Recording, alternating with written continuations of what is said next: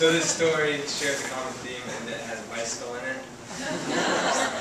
And this took place 10 years ago, and it's in eastern Washington. So, and I was on a bicycle trip across country.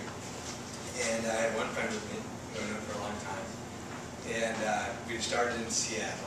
And while we were in Seattle, we'd never been to Washington before. When we were in Seattle, we were thinking about protecting ourselves along the way. So we decided to buy a knife and some mace. And so we found this like weird little place where you buy a knife. So we got this butterfly knives, which you can like twirl around.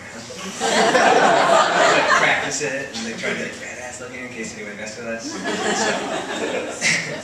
we had this butterfly knife, this mace, and we went off and through the Cascades, which were really beautiful. And then we got past Cascades, and we came to this part of Washington that I didn't know existed, which is like Kansas, but really cold, like rural Kansas. And it's just like, this is in like late September, so it was, you know, all the grass was pretty much dead, it was all brown.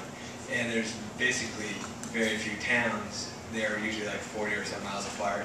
You know, they were very small towns. Mostly just like a couple of like horse ranches and a place to buy like groceries, and that's pretty much it.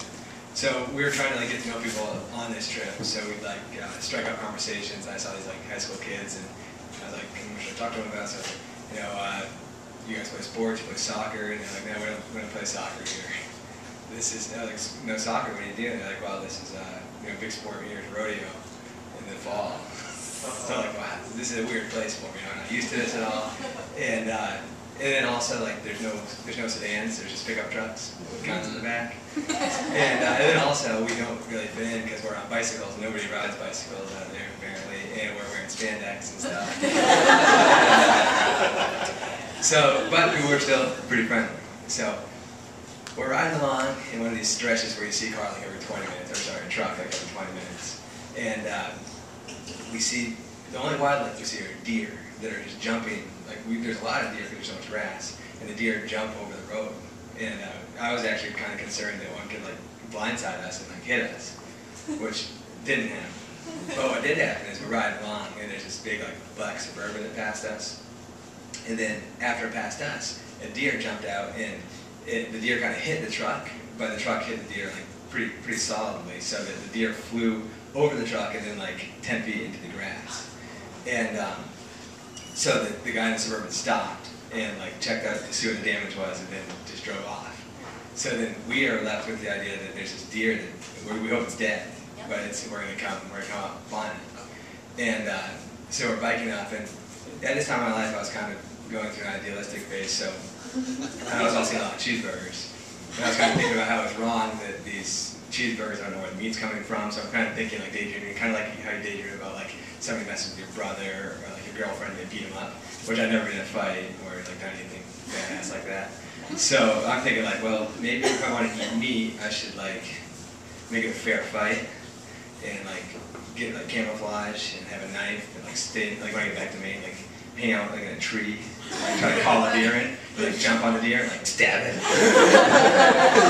That'd be fair at least. Like it couldn't like butt me off and like stomp this. So these are the things that go through my mind like as I'm coming up to this deer and hoping that it's dead. And unfortunately not, just severely broken. So it's in this grass and it's writhing around in pain. And there's no, the guy took off and didn't even bother to check on the deer. He probably could have shot it with the gun he had. But so we're here now with this deer that just is going to suffer, and there's no traffic, so we have no hope. So I take out my butterfly knife and I'm like, I just got to kill this deer. But unfortunately, the deer is like really lively still; it just doesn't have legs at work. So Robbie's like, my buddy, he's like, dude, just kill it. You know, I can't. You have to do it. So I'm trying to convince myself that I'm a badass. I can just like go to this deer, like, you know, whatever. I don't know how to kill things. I've never hunted before. Never in a fight. Never stabbed anything. So I'm like, I kind of like creep up on it, like, okay, maybe it'll die like as I'm walking up. So as I like sees me out of this corner of its eye, then it's like really scared. So now I'm making its final like time on Earth worse because I've already been hit by a car, and now it's like frightened because there's a human approaching it with a knife. So I go up, and I get close enough that I touch it a little bit, but then it's like fucking around on its head, so I run away. No, Robbie, I can't do it, man. You gotta do it. And so he does the same thing, but he just as poorly as I do. But in my mind, I'm like, all right, you can do this, man. You know, and I'm just praying that a car will come by, and finally, so a minute goes by, he was doubting, and then I'm thinking, I'm trying to gather my strength to actually do it. And the car comes up, and we're like, stop, in our spandex. And it's a lady, she's like, no. So then, I'm like, oh man. So I try it again, and it's awful because it's deer. At this point, it's like, I'm just thinking I might be scared to death, but I can't. I tried the second time, I realized it's not going to happen just because there's too much going on. I don't know. It's like, its hooves can move still, so I'm afraid it might hit me. And so I finally just go back to the road, and I just have to sit there and try not to disturb the deer anymore. Just wait till a car comes. So finally a truck comes by, and I'm like, we're waving again. And the guy, this person slows down, do you have a gun? Let me explain myself. There's a deer over there. And this person, lo and behold, didn't have a gun. Everybody else had guns in the state. So I'm like, do you have a cell phone? And they did, so they called, and we wait, half an hour later, finally a cop shows up.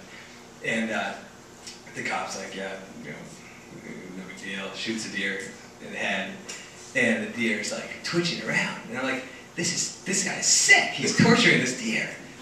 He didn't kill it. And I'm like, why didn't he kill it? Shoot it again. He's like, no, the deer's dead, I shot it in the head. And I shot it again just to show me, and the deer was still twitching. I didn't realize, because I never killed anything, that things twitch after they die. So I was just so thankful that I didn't start stabbing the deer. I would have thought it was still alive, and I would have probably tried to, it would have been awful. Then we would have riding along our spandex all bloody. And I would be like, there's a deer and it's still alive. So the basis of the story is that never again will I try to convince myself that I'm a super badass.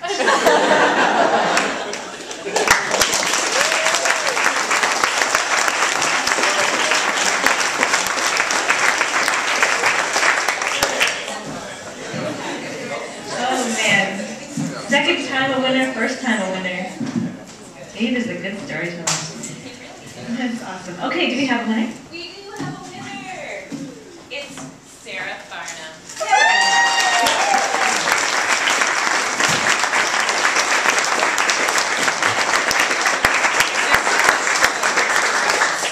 This is the best gift card ever. So this is for Maine, and right down the road.